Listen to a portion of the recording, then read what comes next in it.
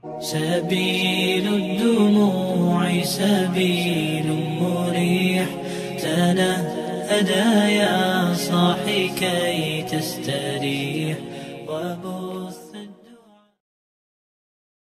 Bismillahirrahmanirrahim. Assalamualaikum warahmatullahi wabarakatuh. Innal hamdalillah nahmaduhu wa nasta'inuhu wa nastaghfiruhu wa na'udzu billahi min sururi anfusina wa min sayyiati a'malina. May yahdihillahu fala mudhillalah wa may yudlilhu fala hadiyalah. Asyhadu an la ilaha illallah wa asyhadu anna Muhammadan abduhu wa rasuluh. Kesempatan kali ini saya masih akan melanjutkan pembacaan kitab Fadilah Amal di bagian kitab kisah-kisah sahabat di babnya yang ke-6, Isar, kasih sayang dan membelanjakan harta di jalan Allah Subhanahu wa Ta'ala. Maksud isar adalah mendahulukan kepentingan orang lain walaupun diri sendiri sangat memerlukan. Orang tentu akan sulit untuk menyamai kebiasaan sahabat. Namun, seandainya seseorang mendapatkan sebagian kecil dari kebiasaan tersebut, itu sudah merupakan keberuntungan yang besar.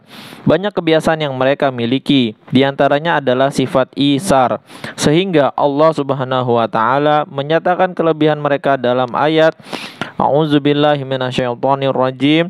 Bismillahirrahmanirrahim. Wa yu'thiruna ala anfusihim walau kana bihim khasasah. Dan mereka orang-orang Ansor mengutamakan orang-orang Muhajirin atas diri mereka sendiri, sekalipun mereka dalam kesusahan. Quran Surat Al-Hasyr ayat 9. Kisah yang pertama, kisah seorang sahabat radhiyallahu anhu memadamkan lampu demi menjamu tamunya. Seseorang telah menjumpai baginda Nabi Shallallahu Alaihi Wasallam dan mengadukan kelaparan dan penderitaannya kepada beliau. Kemudian baginda Nabi Shallallahu Alaihi Wasallam menyuruh seorang sahabat bertanya kepada istri-istri beliau, apakah di rumah ada makanan? Ternyata tidak ada. Lalu baginda Nabi Shallallahu Alaihi Wasallam bertanya kepada para sahabatnya, adakah di antara kalian yang malam ini bersedia menjamu tamu ini? Seorang Ansor menyahut, ya Rasulullah, saya bersedia menjamunya. Sahabat Ansor itu membawa pulang tamu tadi ke rumahnya dan berkata kepada istrinya, ini adalah tamu baginda Rasulullah Shallallahu Alaihi Wasallam.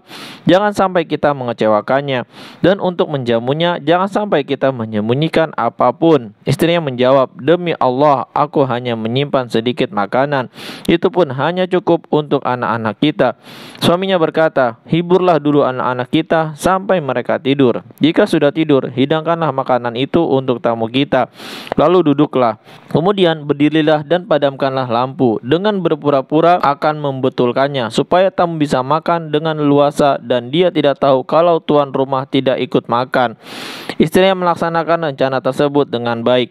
Pada malam itu, suami istri dan anak-anaknya terpaksa menahan lapar. Terhadap peristiwa ini, Allah Subhanahu wa Ta'ala berfirman, A'udzubillahi minasyaitonirrajim. Bismillahirrahmanirrahim. Wa yu'thiruna ala anfusihim walau kana bihim khasasah. Dan mereka mengutamakan orang lain atas diri mereka sendiri, sekalipun mereka dalam kesusahan. Quran Surat Al-Hasyr ayat 9. Faidah, masih banyak kisah para sahabat radhiyallahu anhum yang serupa dengan kisah di atas. Kisah yang nomor 2, kisah seorang sahabat radhiyallahu anhu memadamkan lampu untuk menjamu seseorang yang berbuka puasa. Ada seorang sahabat yang selalu berpuasa. Ia sering tidak memiliki makanan untuk berbuka. Ketika Sayyidina Sabit Al-Ansari radhiyallahu anhu mengetahui keadaan sahabat tersebut, ia berkata kepada istrinya, aku akan membawa seorang tamu malam ini. Jika dia mulai makan, padamkanlah lampu dan berpura-puralah memperbaikinya. Selama tamu itu belum kenyang, kita jangan makan sedikit pun. Istrinya pun berbuat demikian. Semua duduk bersama seolah-olah sedang makan. Keesokan paginya, ketika Sayyidina Sabit radhiyallahu anhu hadir di majelis baginda Rasulullah sallallahu alaihi wasallam, Beliau bersabda, "Wahai Sabit, Allah Subhanahu wa taala sangat menyukai penghormatanmu kepada tamumu tadi malam." Dari kitab Durrul Mansur.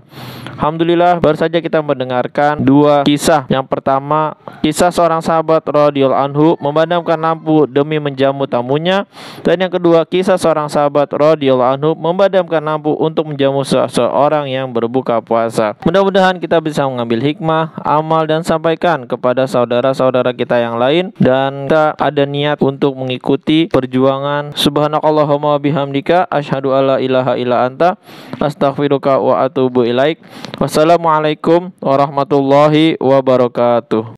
سبيل الدموع سبيل مريح تنهدى يا صاحي كي تستريح وبث